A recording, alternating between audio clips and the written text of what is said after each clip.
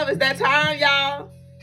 It's that time, y'all. Looking divine, y'all. Wow. Next up, it's time for our spiritual lesson, aka our spiritual blessing by my favo. My favo. Benzie.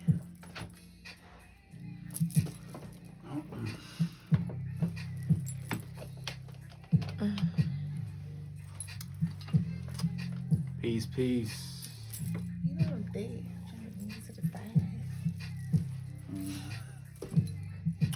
Peace, family.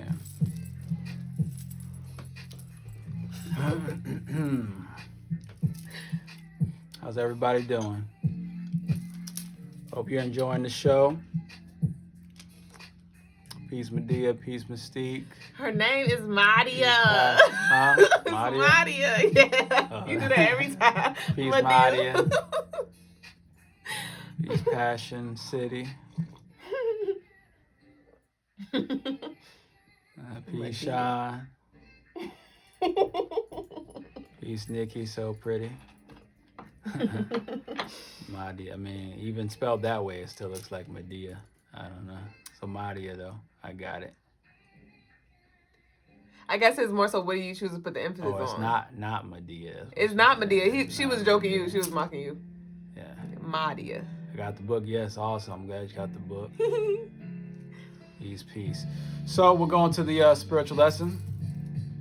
Spiritual lesson of the day is to indulge in the darkness, but do not be consumed by it. I'll say it again. Indulge in the darkness, but do not be consumed by it. Typically, people work in extremes, so they either try to avoid the darkness altogether, or they go all the way in the deep end of the darkness and get drowned by it, basically, right? And it consumes their life. So there are those who try to only stay in the light, and though being in the light can be, a great thing, your manifestations, your attraction energies, your thinking positive thoughts, things like that, eating healthy, trying to get positive energy around you, things like that. Thank you, Passion City. It's Crystaline Mars piece there. Though people try to stay in the light, it's a great thing. There's a lot of protection in the light, but there's a lot of lessons that you'll never learn staying in the light. The light can become a religion as well. In fact, a lot of people who stay in the light are usually like your namaste type of people, and they never really tap into their true potential. Because you think about the light, think about God. And I'm gonna use it from the Christian sense.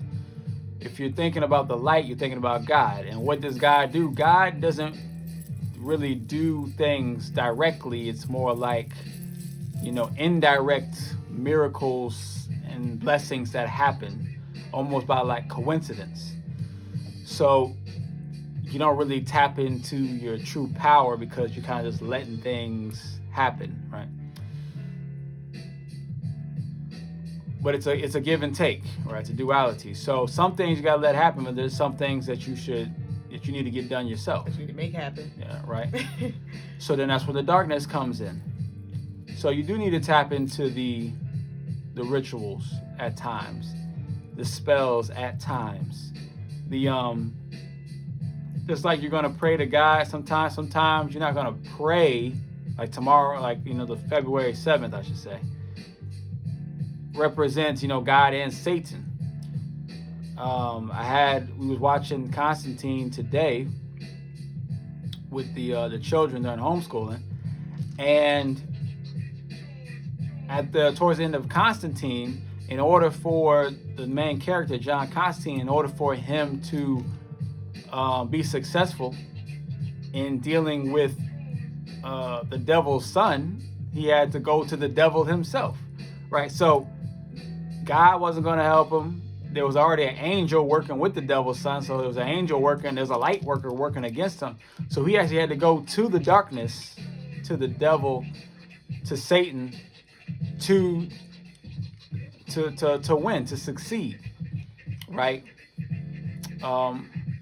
So that's an example of how necessary the darkness is at times, and how even, they say, the light can be blinding, can it?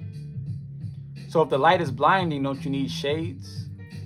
Don't you need some darkness sometimes? Right? So, just like the sun, don't you need some protection sometimes? You can't be in the sun all the time. You need some shade sometimes. You gotta be under the tree sometimes, right? You'll get sunburned. That's some darkness.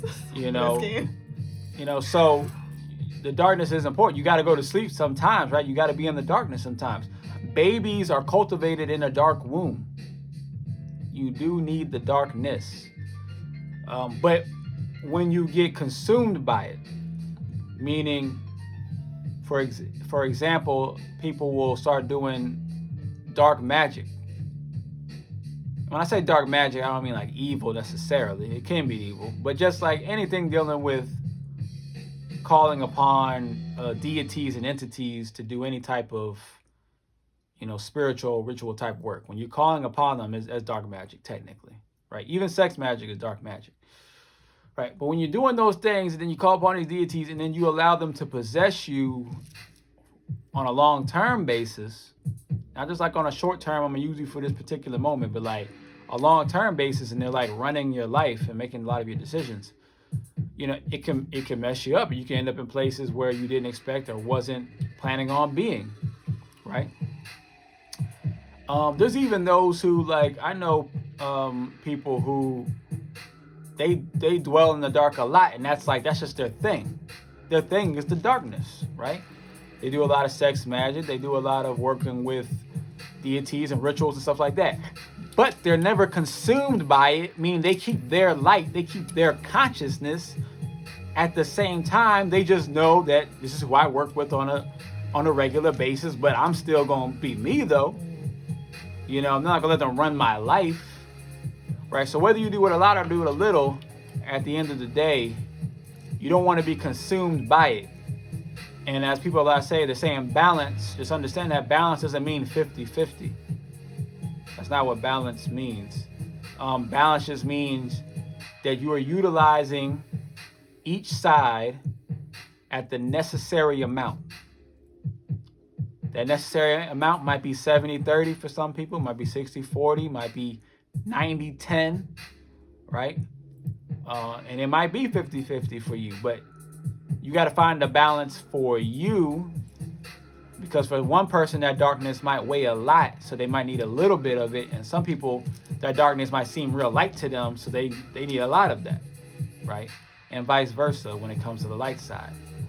So that's the lesson of the day, the spiritual lesson of the day, to dive into and to delve into the darkness, but do not be consumed by it.